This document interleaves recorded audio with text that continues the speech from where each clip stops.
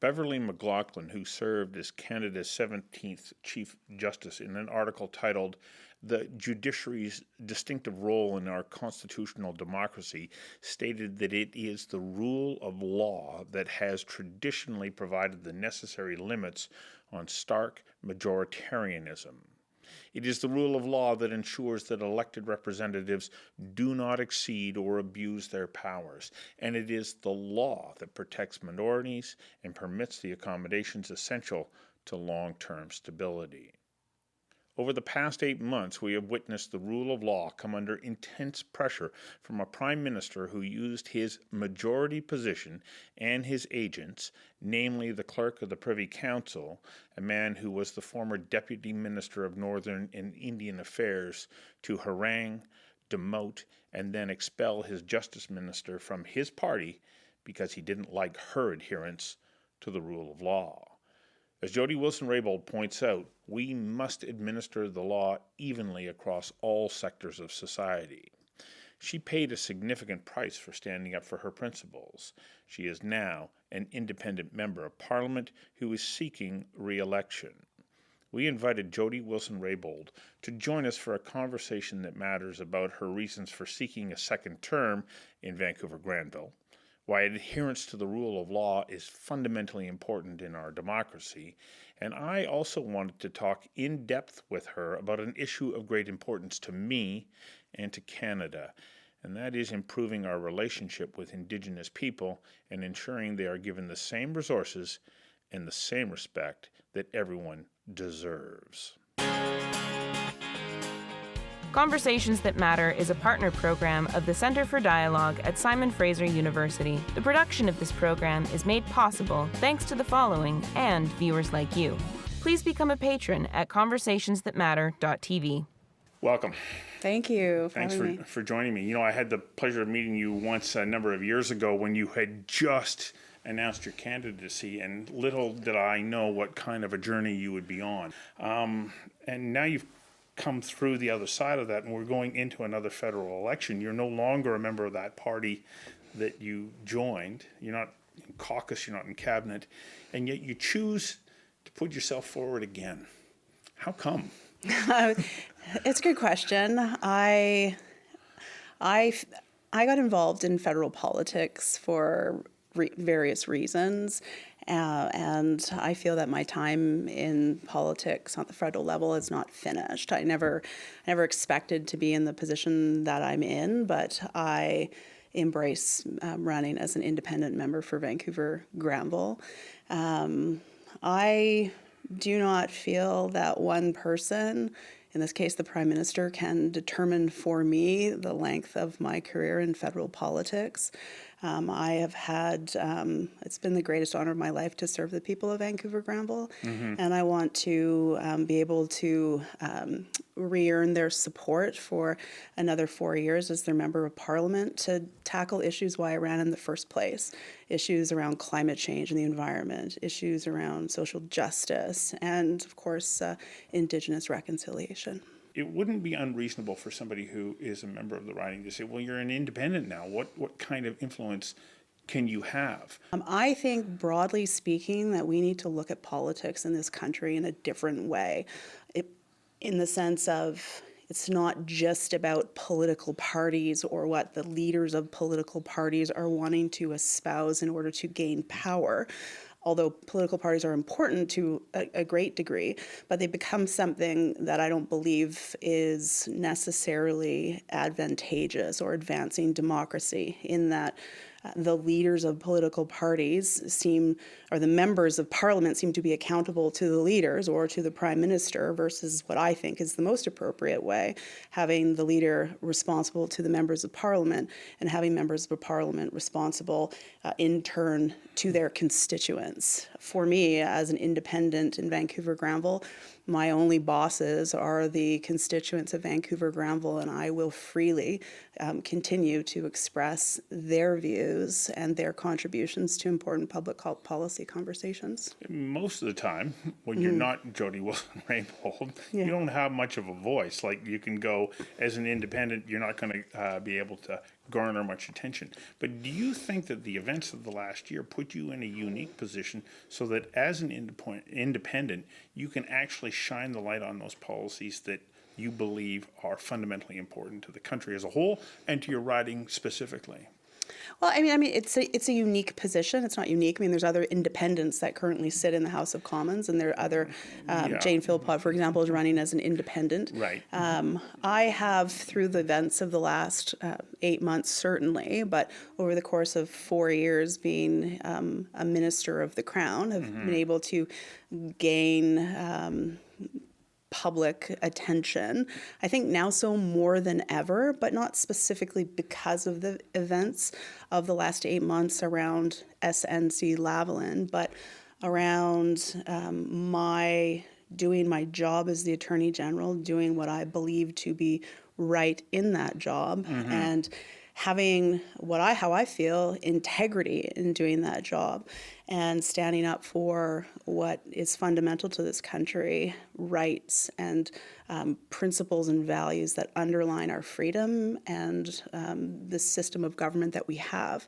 For me, that is an incredibly important platform to have. It has brought many thousands of people right across the country to write letters to me to express appreciation. But we're having a conversation about the very nature of our democracy, about politics and accountability and transparency in politicians.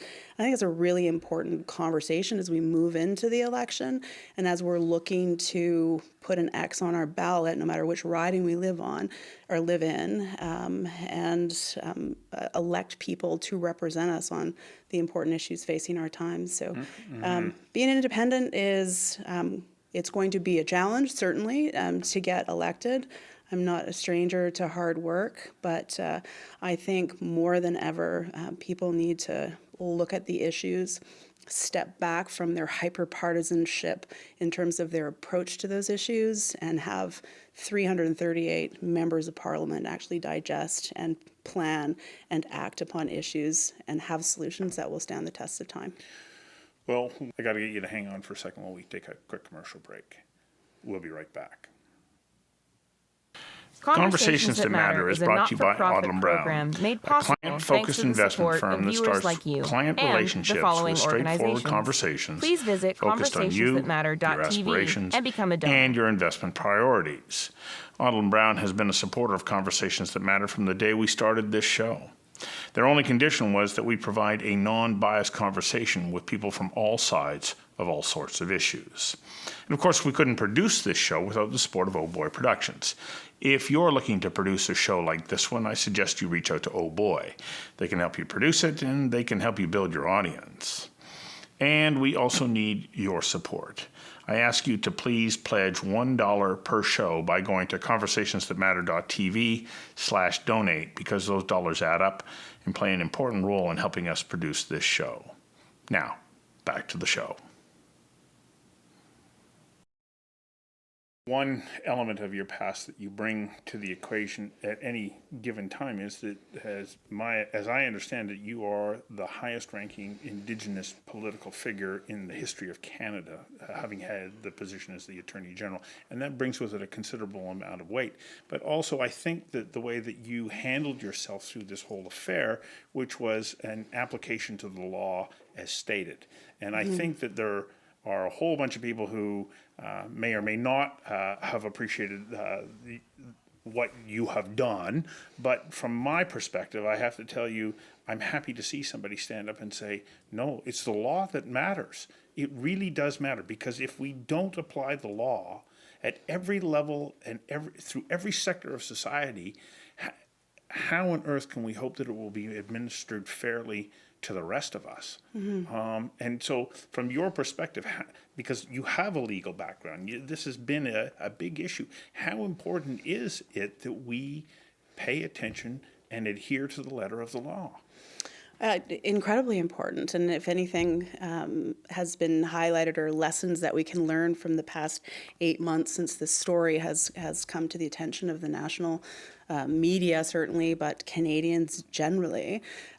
We live in an amazing country, in a democracy that's foundations are in values and principles and a rules-based order.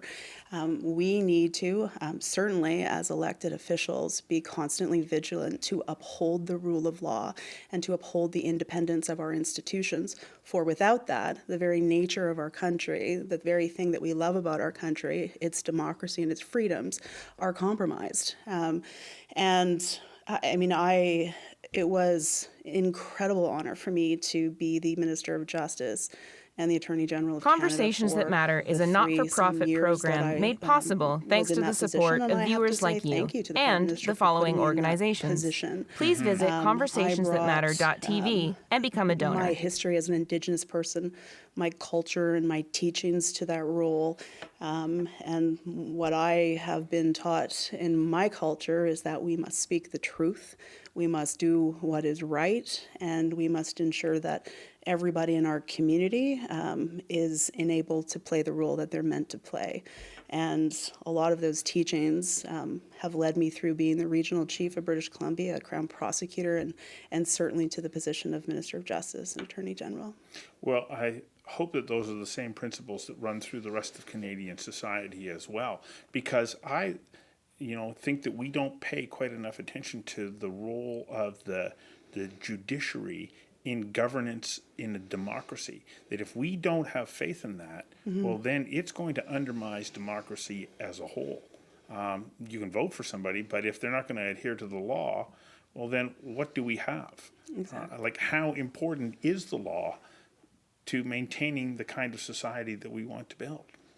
Well, again, I mean, it's fundamental, and for individuals that are entrusted by the public to make decisions around incredibly important public policy issues and make laws around the environment and climate change, around the economy and taxation and resource development projects, and around the appointment of judges. We need to make sure that all of those decisions are being made based on adherence to the rule of law and based on our fundamental tenets of our democracy, which includes the independence of our institutions, includes the independence of the judiciary and the justice system.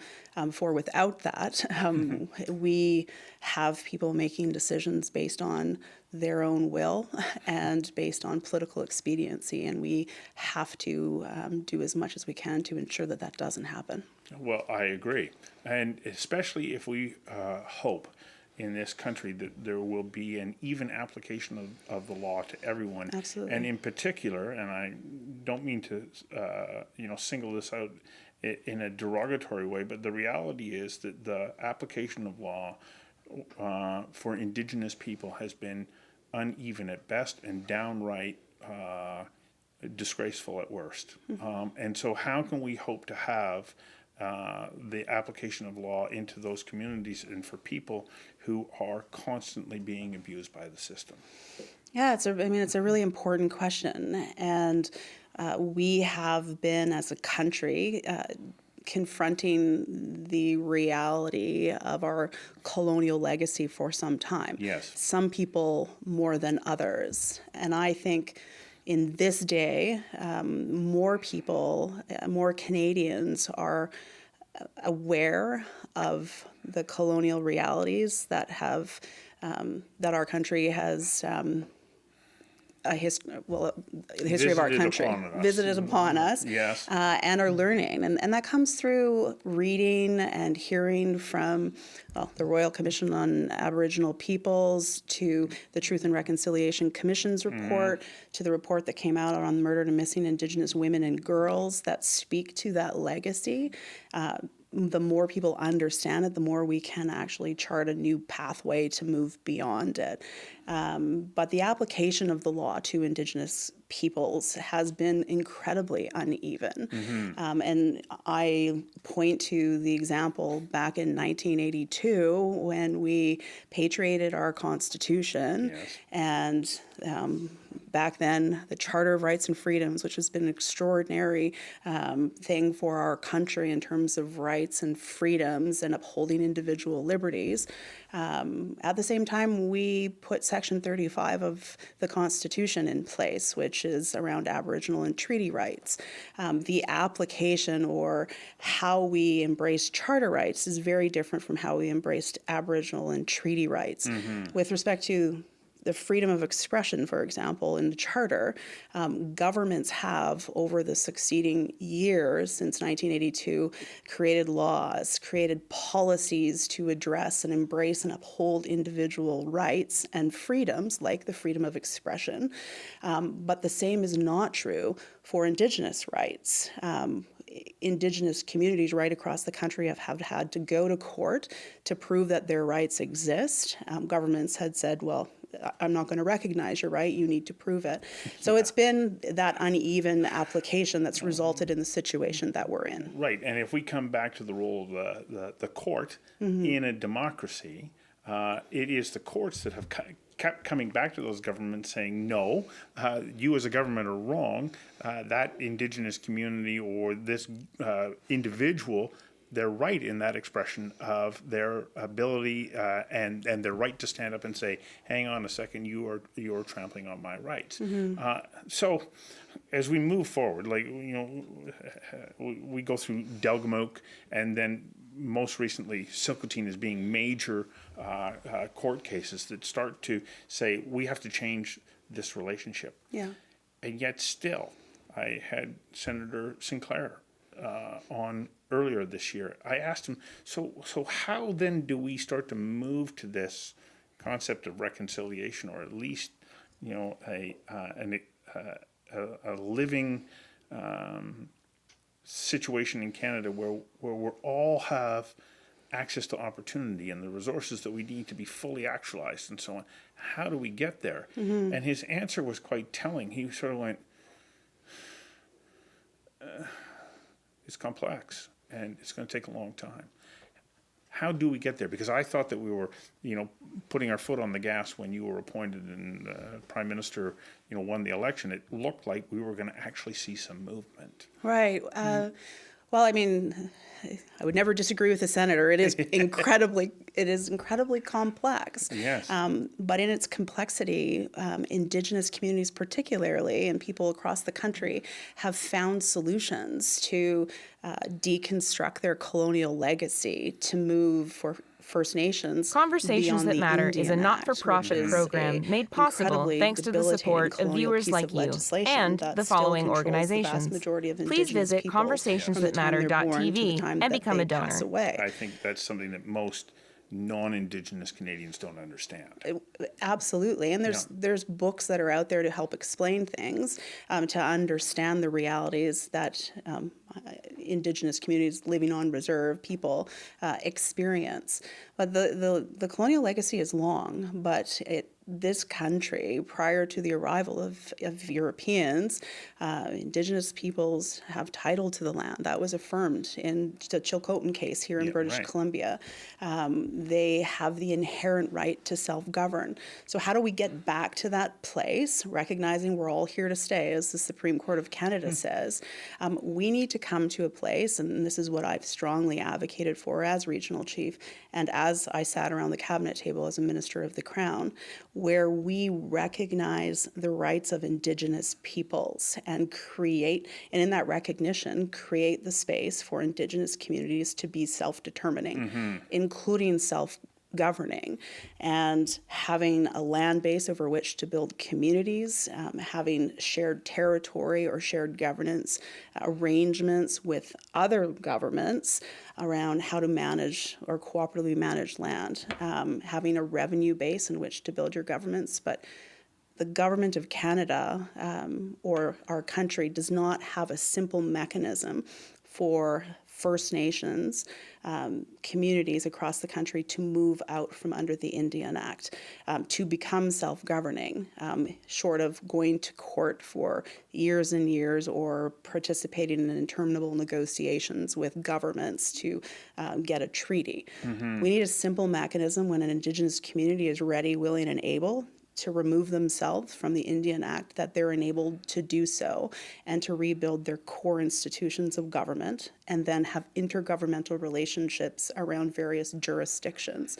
That's the opportunity that we have. Right. And when realized, the benefit is universal. It's not just to that community, it's to surrounding communities and to the country as a whole. I've kind of hijacked this conversation around that because it's such an important topic to me, but I feel that you have done an extraordinary job in being able to highlight some of these issues. And I don't mean to take away from your campaign, which, because you said, I want to come here and talk about why I'm running for re-election. Okay. But I think that this is a fundamental part of it. And I know that climate and environment are equally important to you in representing the people of your riding. Yeah. You know, I've got only a couple more minutes left. Is there another message in particular that you would like to put out right at the moment that people can look to say, okay, you know, I want to vote for you? On Indigenous issues? No, on anything, because as I say, I've kind of hijacked this and taken it in this direction. So, you know, I leave it to you to say, well, hang on a second, I got another point that I want to make. Well, because, I'm not a single issue candidate, Yeah. which you're not. Yeah, no, I appreciate the opportunity, and I mean, to close out that conversation, I agree with you fundamentally. When Indigenous peoples finally see themselves in our Constitution and are able to rebuild their nations, it will not only improve Indigenous communities, but it will improve the country as a whole. To the voters of Vancouver-Granville, but to Canadians generally, every election is important. This election is incredibly important. We have some really serious issues that are confronting us as Canadians. Indigenous reconciliation, certainly. Climate change is the biggest issue that we have to confront, and we have to do something in the next 10 years to make a difference, to meet our targets. But this is an opportunity, and this is why I embrace where I sit right now in terms of being an independent member of Parliament, hoping to go in past October the 21st, is we have an opportunity as Canadians to send individuals to Ottawa that go there based on principles and values and the priorities that they have, and to remember the reason why people wanted to go to Ottawa, to engage in discussions as much as we can with our partisan hats off, and to have those discussions about important public policy issues. What I'm hearing from the people on the doors and on the streets of Vancouver-Granville, from accountability to healthcare, and to be able to represent directly those constituents. We're not in Ottawa to be responsive or responsible to a leader. We're in Ottawa to be able to ensure the voices of the people for whom we are wanting to represent are represented. Those are the people that matter. It's Canadians that matter, and I hope that Canadians come out in this election and vote for the individual that they think will best represent them in Ottawa. Well, I've talked to a number of people from a variety of different political persuasions who have wanted to get behind you and support you. Exactly what the reasons are, I can't list them all, but you have attracted a lot of attention, and I think it's around the concept of values. I want to see somebody who says, these are the values that are important to me, and I'm going to stand up for them, and I'm willing to pay a price for it. And you most definitely have done that. Thank you very much for coming in and sharing this. Thank you very much. I really appreciate it.